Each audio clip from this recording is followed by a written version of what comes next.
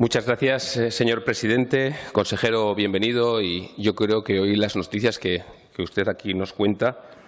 sin un halo tampoco ni de exageración ni minimizar lo que sucedió, son positivas. Y son positivas porque al final los números son cuantitativos y de cara a reforzar esas cuentas públicas del año 22, esas cuentas que deben servir para no solo minimizar el impacto en lo sanitario y en lo social del COVID, sino especialmente para impulsar las políticas económicas, no solo de las empresas grandes, sino de nuestros autónomos, de nuestras pymes y, en definitiva, de nuestras familias, yo creo que es una magnífica noticia. Por tanto, yo creo que hay que celebrar lo que usted hoy nos cuenta de cara a esa distribución de esos 13.000 millones de euros por parte del Gobierno de España en un Consejo de Política Fiscal y Financiera que, como usted bien ha dicho, es un encuentro, un debate, un foro entre las propias comunidades autónomas y el Gobierno de la Nación, y de cara especialmente a tener datos de interés que sirvan para hacer unas cuentas públicas, en este caso en los próximos presupuestos del año 2022 en Aragón, que sean óptimos. Óptimos, como decía, para minimizar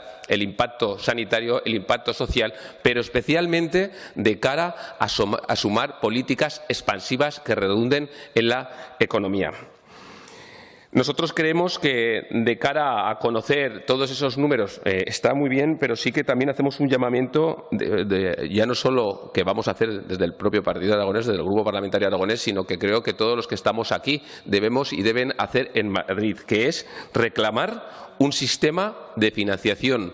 justo que sea para Aragón. Vuelvo a decir, no significa que no estamos caminando hacia ello, pero debemos poner toda la carne en el asador.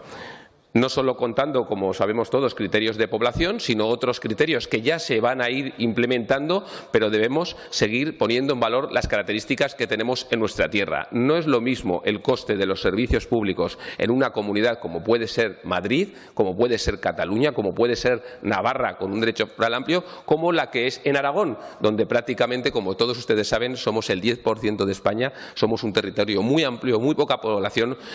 muy dispersos y especialmente una población envejecida. El coste de los servicios públicos, así como otro tipo de políticas, es diferente al de otras comunidades, con lo cual yo estoy seguro que el consejero así lo hace, pero es un llamamiento que hacemos a todos los grupos de la Cámara, especialmente aquellos que tienen representación en Madrid. Por tanto, el hecho de que usted aquí hoy nos cuente esas buenas noticias que facilitan el camino para la elaboración de los presupuestos del año 2022 son positivas, a lo cual hay que sumar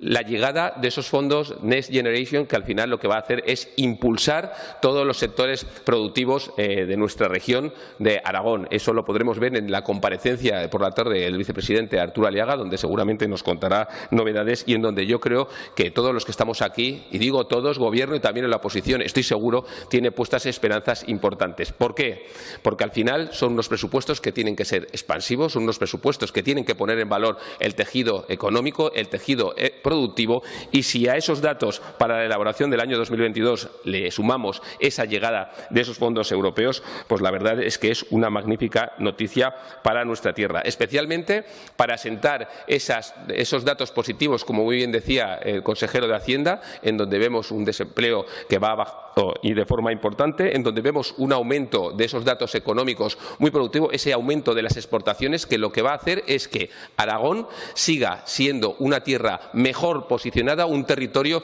no solo en España, sino en Europa y en el mundo. Con lo cual, celebramos esas noticias, señor consejero, le seguimos dejando trabajar como no puede ser de otra manera, y si le va bien en esos consejos de política fiscal y financiera a usted, al consejero, le va bien al Gobierno de Aragón y le va bien a todos los aragoneses. Muchas gracias. Gracias, señor Guerrero.